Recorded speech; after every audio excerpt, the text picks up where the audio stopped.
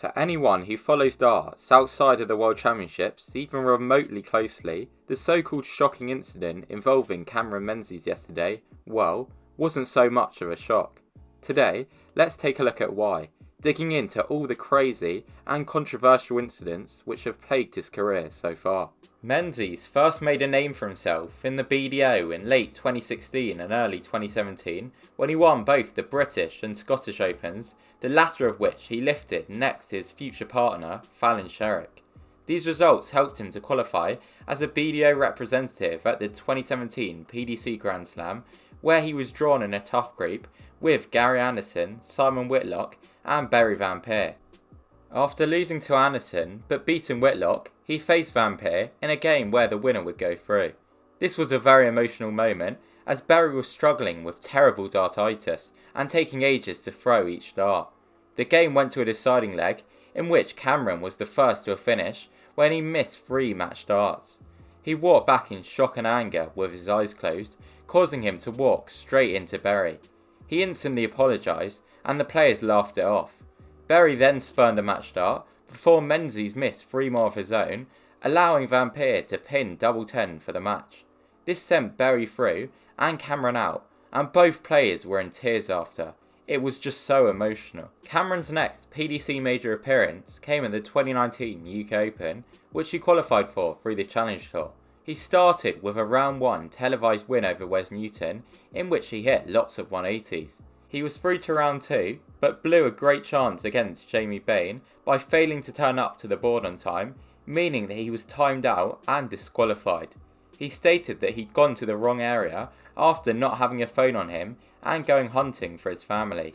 He had just totally lost track of the draw. Then a few years later at Q-School in 2021, on the first day of stage 1, he began with convincing wins over Craig Rust and James Woodhouse before being disqualified against Adam Smith-Neale. This was because he was late to the board again as he was in a toilet doing a number 2. He had spoken to someone who said it was okay, but he was still disqualified. He stated he was using the disabled toilet as he only had 10 minutes between games.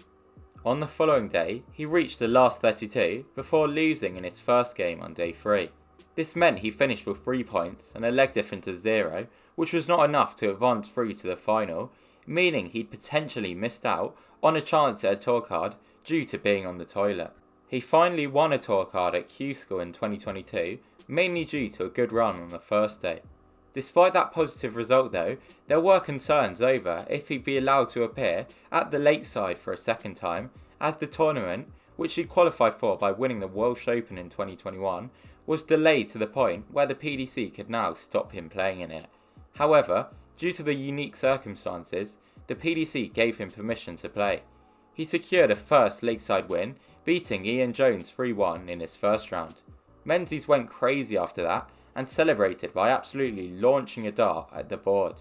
He then got back-to-back whitewash wins before agonisingly losing 5-4 to Thibaut Tricot in the semis. Both players were very emotional after that, and for the second time in his career, Menzies was involved in a game where both players were in tears after. His Ali Pali debut then finally came in the 2023 edition, where he began with a scrappy 3-1 win over Diogo Portela. He then lost 3-0 to Vincent van der Voort, which he responded to by giving VVDV a big and awkward hug, which Vincent didn't look like he enjoyed. Following the game, Vincent said that Cammy was a nice guy but irritating. Vincent stated that he had to restrain himself a few times as Cammy kept trying to talk to him both during the games and in the breaks. Vincent also stated that he was uncomfortable with the hug. A year later at Ali Pali, he made national news headlines as he shared photos of himself working his plumbing job on the same day as his first round tie. He could only get half the day off, but managed to beat Rusty Jake Rodriguez to secure a tour card for the following year. He showed some great emotion following that win. He ended up losing to Dave Chisnell in the next round and was acting up towards the end of the match, encouraging the crowd to cheer when Chizzy went for the match-winning shot and then resting his head on the drinks table.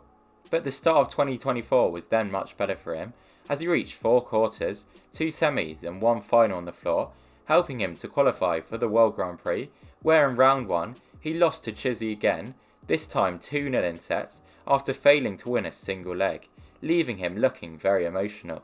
He averaged just 81 in that game, and afterwards, in a now deleted tweet, he said, "This is why I work. I am so far off being a pro, and today absolutely broke my heart. I am so sorry." But he then bounced back, and a few weeks later, he managed to beat Stephen Bunting 8-4 in a Players' Championship final in Leicester, picking up his first PDC title on the Pro Tour, a big moment. That helped him to qualify for Ali Pali as the top player from the Pro Tour rankings, but he ended up losing 3-1 to Leonard Gates in round 1, a fairly big upset. Cameron averaged just 83, and in the final leg began to cry. He was clearly very emotional again, and it even looked like he was struggling to breathe.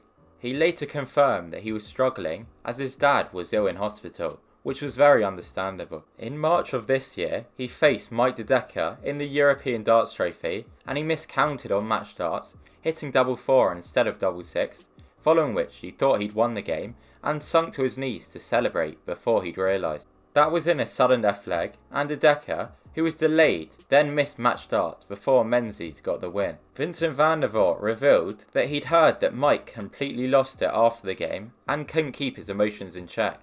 He said that he heard he was furious and that he could understand why. But again, despite his antics, Menzies had a fairly good year this year, winning his second Players' Championship title in April with an 8-3 win over Peter Wright, in which he averaged 107. He also beat Wright 6-3 with a 96 average in the first round of September's World Series of Darts Finals, a televised major, but in the very next round he concerningly put in the lowest average in the history of the event, a 66.85 in a 6-1 loss to Chris Dobie. Van der Voort spoke again after that in his role as a pundit, saying, "I heard he spoke with someone from the organisation afterwards about that match and everything else going on in his life. The lad's struggling. He needs guidance and routine, but that stability just isn't there. You can see he's battling mentally." And well, that was clearly seen in the incident I'm sure you've all seen from yesterday at Ali Pali, where, after losing a great game against young star Charlie Manby, he seemingly put his hand in the sparkler machine on the stage, and then he clearly punched the drinks table several times, leaving his hand bleeding. A truly shocking incident, and by far the most crazy of his crazy career to date. Following the game, a statement was released where he explained that his uncle had passed away recently, but said that was no excuse. Matt Porter, the PDC CEO, said in a statement, "I spoke with Cameron and his management before he left the venue, and he knows there's support available from the PDC and the PDPA. Any incident of this nature is reported to the Darts Regulation Authority for review, but our main priority is the players' health and well-being." Now, even before the incident yesterday, me, and I'm sure many other darts fans, felt that Menzies desperately needed some help. It's been clear from the moment that he broke into the PDC that he struggled to control his emotions, particularly on big stages. A similar thing was seen in Callum Ridds over the last year, but he seems to have got it under a bit more control now, and hopefully we'll see that with Menzies, as surely someone will get him some help now. But going back to the table incident, it's clearly just unacceptable, and I think either a big fine or a short suspension should be given to make an example of him. Let me know what you think the punishment should be in the comment section down below, and if you enjoyed this video, please don't forget to subscribe, as currently just 15% of my viewers are. You can also hit the bell icon if you want to get notified whenever I upload a brand new darts video over this festive period. Please also leave a comment down below if there's any video ideas you want me to make going forward, and also leave a thumbs up if you learned something new today. Thanks for watching.